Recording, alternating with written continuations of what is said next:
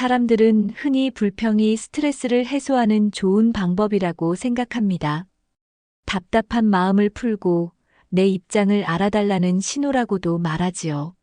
하지만 한번 곰곰이 생각해 보세요. 우리가 불평을 쏟아낸 후 정말 마음이 편해졌나요?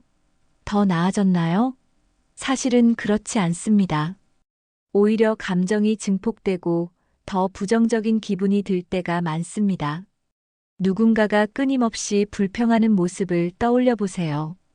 처음에는 그럴 수도 있지 하고 공감할 수도 있습니다. 하지만 시간이 지나면 점점 피곤해집니다. 마치 회색 구름이 머리 위를 계속 따라다니는 기분이랄까요? 대화가 시작될 때마다 불만을 늘어놓는 사람이 있다면 우리는 그 사람을 만나고 싶을까요? 아마도 점점 거리를 두게 될 겁니다. 그 사람의 감정을 받아주다 보면 나까지 지쳐버리니까요. 심리학자들은 말합니다. 불평은 단순한 감정 표현이 아니라 듣는 사람에게까지 영향을 주는 강력한 감정적 자극이라고요. 누군가가 불만을 토로하면 상대방의 뇌도 그 부정적인 분위기에 동조하게 됩니다. 예를 들어 직장에서 한 사람이 계속해서 회사의 문제점을 지적하기 시작하면 그 이야기를 듣던 동료들도 점점 비슷한 시각을 갖게 됩니다. 처음에는 전혀 불만이 없던 사람조차도 맞아, 우리 회사 참 문제가 많아라고 생각하게 되지요. 이렇게 부정적인 감정이 전염되면서 결국 모두가 피곤해지고 회사의 분위기까지 무거워집니다. 반대로 생각해 볼까요? 만약 어떤 사람이 힘든 상황에서도 긍정적인 시각을 유지하고 해결책을 찾아보려 한다면 어떻게 될까요? 주변 사람들도 자연스럽게 그 태도를 배우게 됩니다. 긍정적인 에너지가 퍼지는 것이지요. 같은 상황에서도 어떤 사람은 불평을 늘어놓고 어떤 사람은 조용히 해결책을 찾습니다. 그리고 시간이 지나면 사람들은 후자를 더 신뢰하게 됩니다. 문제를 해결하려는 사람과 함께 있고 싶어 하니까요. 우리가 일상에서 자주 듣는 말 중 하나가 불평 좀 그만해라는 말입니다. 그런데 정작 우리는 스스로가 얼마나 불평하고 있는지 잘 모릅니다. 하루 동안 내가 하는 말을 한번 돌아볼까요? 만약, 피곤해, 왜 이렇게 일이 많아? 진짜 짜증 나 같은 말들을 자주 한다면 우리는 불평하는 습관이 몸에 밴 것인지도 모릅니다. 작은 불평이 쌓이면 결국 우리 주변의 분위기까지 바꿉니다.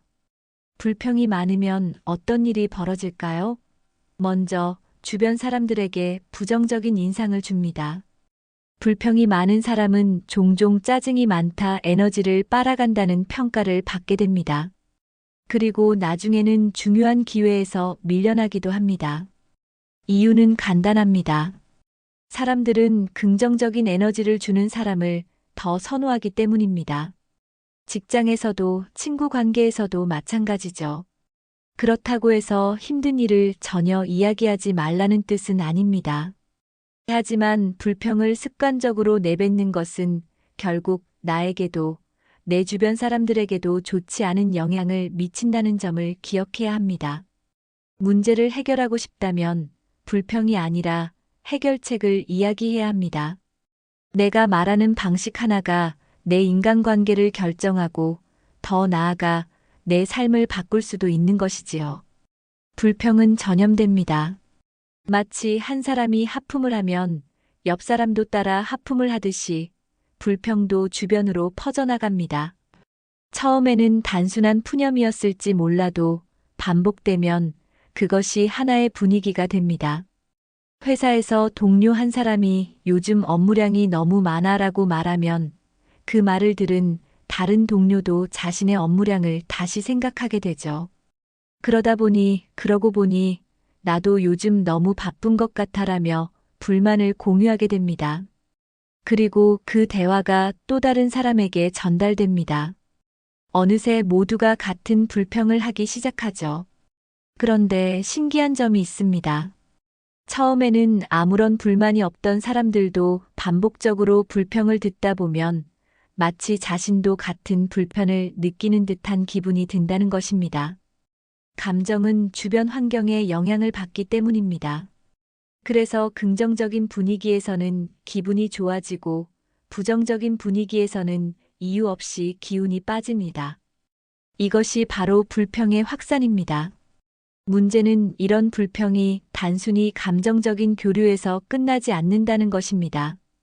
한 사람이 반복해서 불평을 하면 듣는 사람도 불평을 하나의 습관으로 받아들이게 됩니다. 가령 친구가 항상 나는 운이 없어라는 말을 자주 하면 그 말을 듣는 나도 점점 비슷한 생각을 하게 됩니다.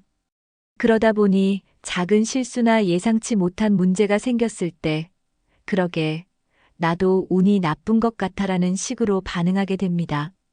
불평은 이렇게 습관으로 자리 잡습니다. 우리가 자주 접하는 말 중에 가까이 하는 5명의 평균이 곧 나 자신이다라는 말이 있습니다.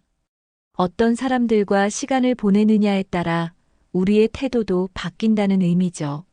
늘 불평이 가득한 사람들 속에 있으면 나도 모르게 부정적인 시각을 가지게 됩니다. 반대로 긍정적인 사람들 사이에 있으면 작은 문제에도 유연하게 대처하는 태도를 배우게 됩니다.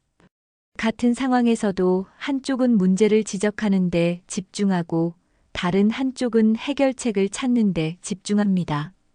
그리고 시간이 흐르면 사람들은 문제를 해결하려는 태도를 가진 사람을 더 신뢰하게 됩니다. 이런 현상은 개인적인 관계뿐만 아니라 조직에서도 똑같이 나타납니다.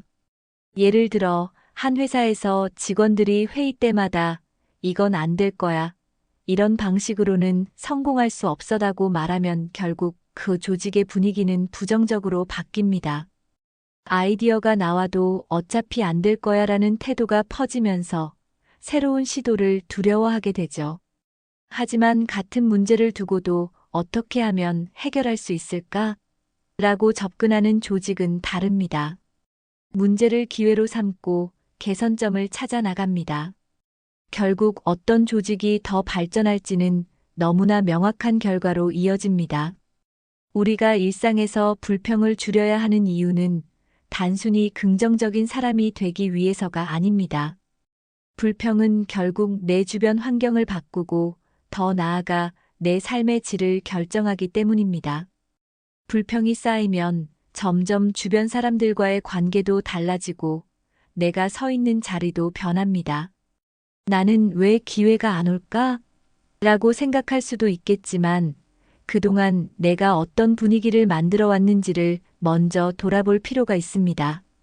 불평은 문제를 해결해 주지 않습니다. 오히려 문제를 더 크게 보이게 만들 뿐입니다. 반대로 긍정적인 태도는 문제를 해결할 방법을 찾도록 도와줍니다. 그러니 이제부터라도 내 말이 주변 사람들에게 어떤 영향을 미칠지 한번 더 생각해 보는 건 어떨까요? 문제를 말하는 것과 문제를 해결하는 것은 다릅니다. 그리고 우리는 언제든 문제를 해결하는 사람이 될 수 있습니다. 과거에 있었던 일들을 떠올리며 불평하는 것은 자연스러운 일일지도 모릅니다. 누구나 억울했던 순간이 있고 상처받았던 기억이 있으니까요. 하지만 우리는 가끔 착각을 합니다. 과거의 불평을 계속하면 그때의 상처가 치유될 거라고요. 그런데 현실은 정반대입니다. 과거의 불평을 되풀이할수록 우리는 그 기억 속에 더 깊이 빠져듭니다. 마치 오래된 상처를 자꾸 건드려 덧나게 만드는 것처럼요. 사람들은 흔히 이렇게 말합니다. 내가 그때 그렇게 당하지만 않았어도 지금쯤 달라졌을 텐데. 하지만 한번 생각해 볼까요? 그런 불평을 한다고 해서 정말 달라질까요? 과거의 일을 떠올리며 후회하고 억울해하고 남을 탓한다고 해서 현재가 변하는 것은 아닙니다. 오히려 그 기억이 지금 내 발목을 잡고 있는 건 아닐까요? 과거에 대한 불평이 습관이 되면 앞으로 일어날 일도 같은 시선으로 바라보게 됩니다. 그리고 미래에도 또 불평할 일을 만들게 되죠. 누군가는 과거의 경험이 나를 힘들게 만든다고 말합니다. 하지만 사실은 그 경험 자체가 아니라 그 경험을 대하는 내 태도가 나를 힘들게 만드는 경우가 많습니다. 같은 일을 겪었어도 어떤 사람은 그것을 교훈으로 삼고 앞으로 나아가지만 어떤 사람은 계속해서 그 일에 매달려 불평을 합니다. 그리고 시간이 지나면 두 사람의 삶은 완전히 달라지죠. 흔히 성공한 사람들은 과거의 실수와 실패를 딛고 일어섰다고 이야기합니다. 하지만 중요한 것은 그들이 실패를 겪지 않았다는 게 아니라 그 실패를 대하는 방식이 달랐다는 점입니다. 불평 대신 배움을 택한 것이죠. 예를 들어 한 사업가가 처음 창업을 했을 때 큰 손실을 봤다고 가정해 보겠습니다. 만약 그가 내가 그때 실수를 하지 않았다면이라며 계속 불평만 했다면 어떻게 됐을까요? 아마도 그는 다음 기회를 잡지 못했을 겁니다. 하지만 같은 상황에서 내가 무엇을 잘못했을까? 어떻게 하면 다음에는 더 잘할 수 있을까? 라고 질문을 던진다면 그는 다시 일어설 수 있는 힘을 얻게 됩니다. 이런 차이는 단순히 사업에서만 적용되는 게 아닙니다. 인간관계에서도 마찬가지입니다. 누군가에게 상처를 받았을 때 그 사람 때문에 내가 힘들어라고 불평하는 사람과 그 상황에서 내가 배울 점은 무엇일까? 라고 생각하는 사람은 결국 전혀 다른 길을 걷게 됩니다. 후자는 같은 실수를 반복하지 않지만 전자는 계속해서 같은 패턴을 반복하며 또 불평할 일을 만들어냅니다. 그렇다고 해서 과거의 아픔을 무조건 참으라는 뜻은 아닙니다. 상처를 인정하고 감정을 받아들이는 것은 중요합니다. 하지만 그 감정 속에 너무 오래 머물러 있으면 우리는 앞으로 나아가지 못하게 됩니다. 과거를 돌아보는 것이 아니라 과거에 갇히게 되는 것이죠. 사람들은 흔히 미래를 걱정합니다. 하지만 우리가 정말 조심해야 할 것은 미래가 아니라 과거에 대한 불평이 반복되는 것입니다. 왜냐하면 그것이 결국 우리의 미래까지 결정하기 때문입니다. 과거의 불평이 많아질수록 우리는 스스로를 피해자로 만들고 피해자는 능동적으로 변하기 어렵습니다.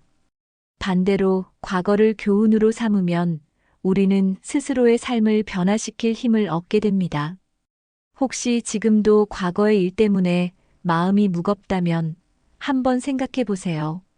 내가 불평하는 대신 배울 수 있는 것은 무엇일까?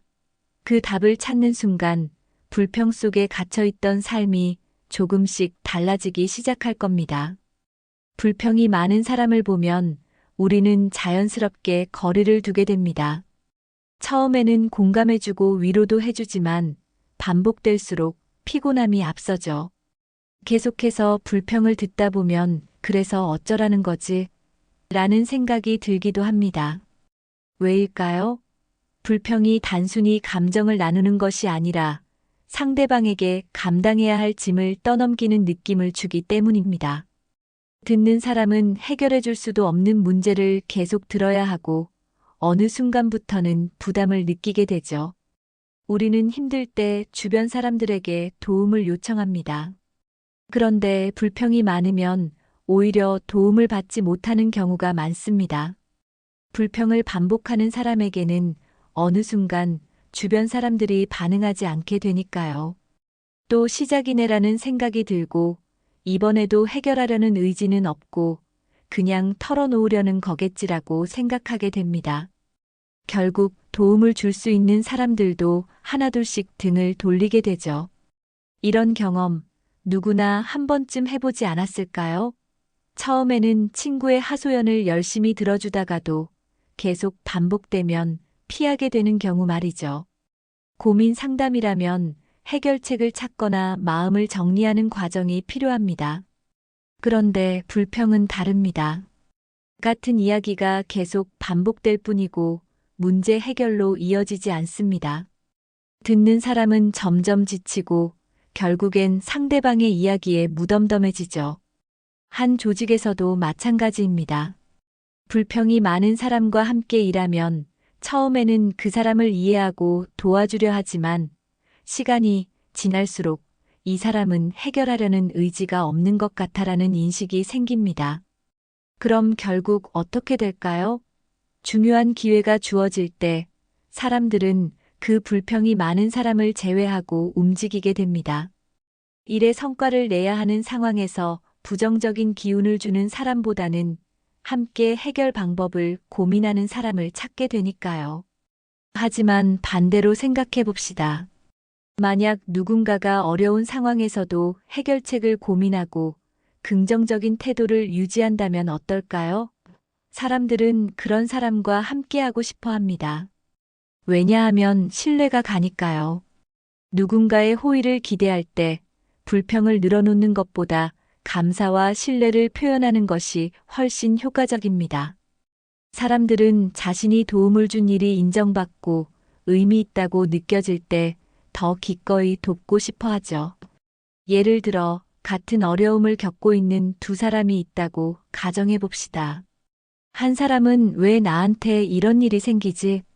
도대체 왜 이렇게 되는 거야? 라며 불평을 합니다.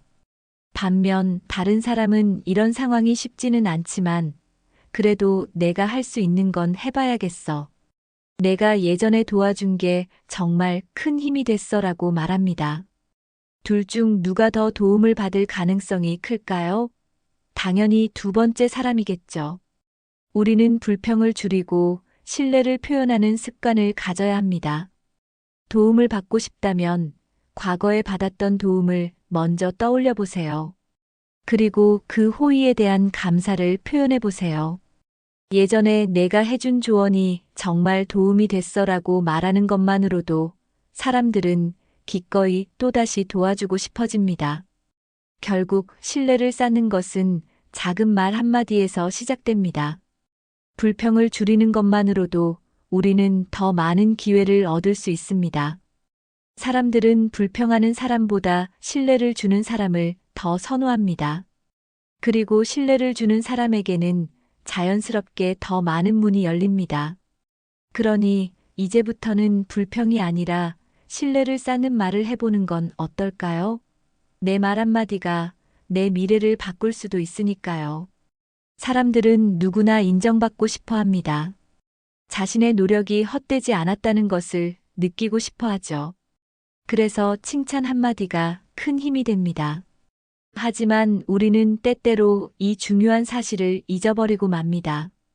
칭찬보다는 불평을 먼저 하고 신뢰를 주기보다는 의심을 앞세우죠.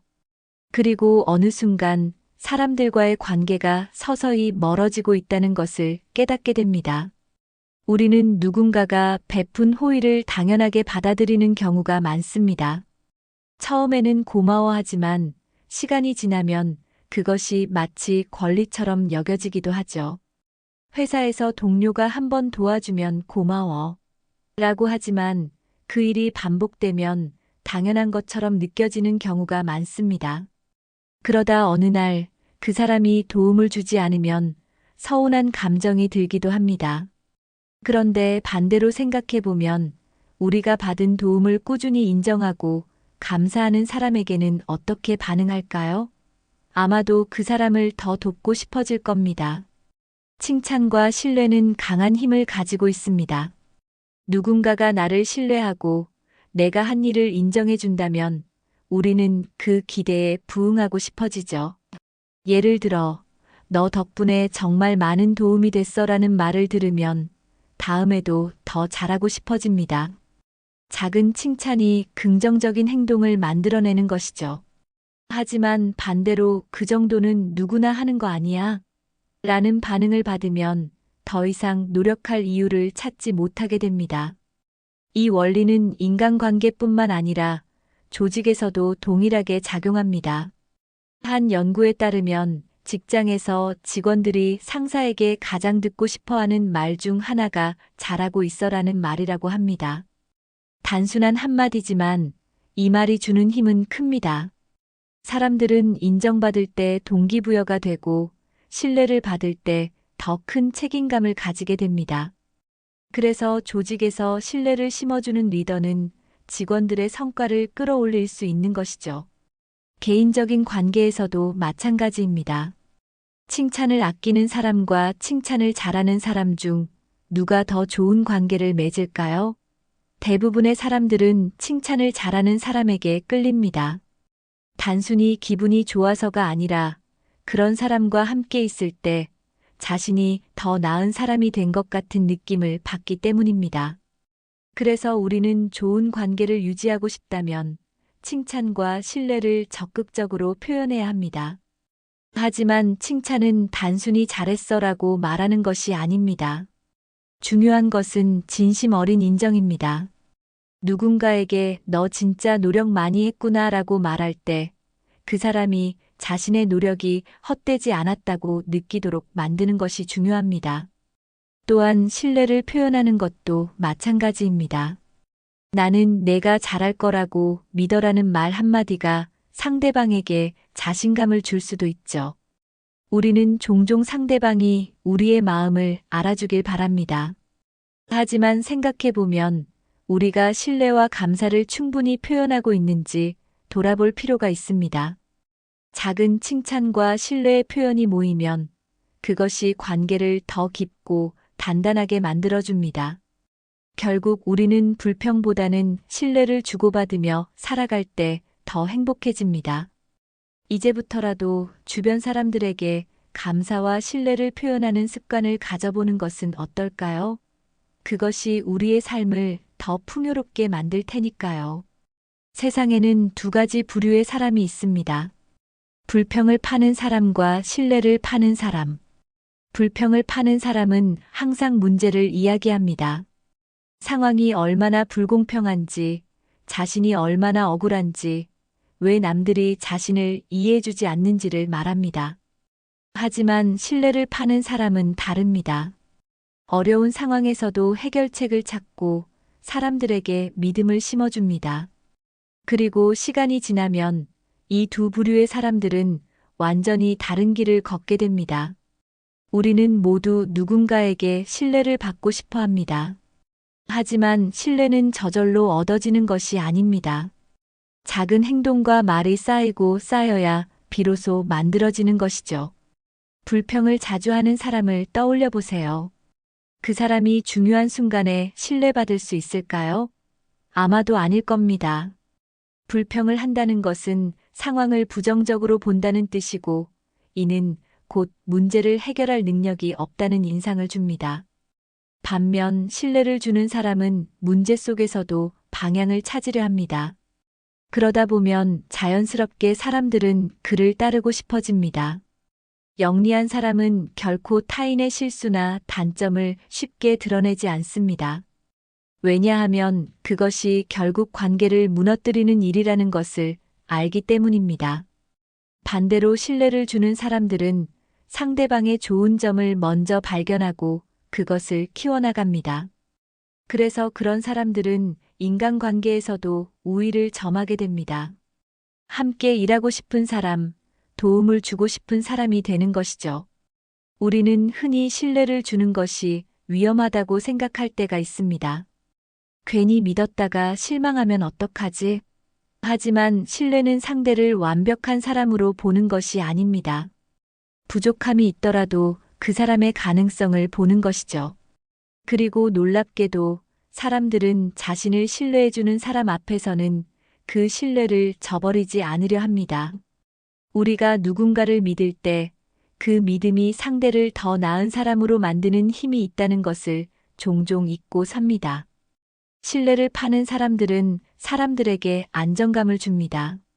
신뢰가 쌓이면 반감이 사라지고 관계가 돈독해집니다.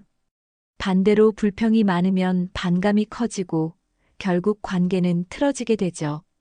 그러니 불평이 아니라 신뢰를 쌓아야 합니다. 신뢰를 쌓는 것은 거창한 일이 아닙니다. 작은 말 한마디, 사소한 행동 하나에서 시작됩니다. 나는 내가 잘할 거라고 믿어. 너 덕분에 정말 많은 도움이 됐어. 이런 말들이 모여 신뢰를 만들어갑니다. 사람들은 본능적으로 신뢰를 주는 사람 곁에 머물고 싶어 합니다. 그런 사람이 곁에 있으면 힘이 나고 더 좋은 사람이 되고 싶어지니까요. 결국 신뢰를 파는 사람이 되는 것이 곧 더 나은 삶을 사는 길입니다. 이제부터라도 불평을 줄이고 신뢰를 쌓는 사람이 되어보면 어떨까요? 그렇게 한 걸음씩 나아가다 보면 우리는 자연스럽게 더 많은 기회를 얻고 더 좋은 사람들과 함께할 수 있을 겁니다.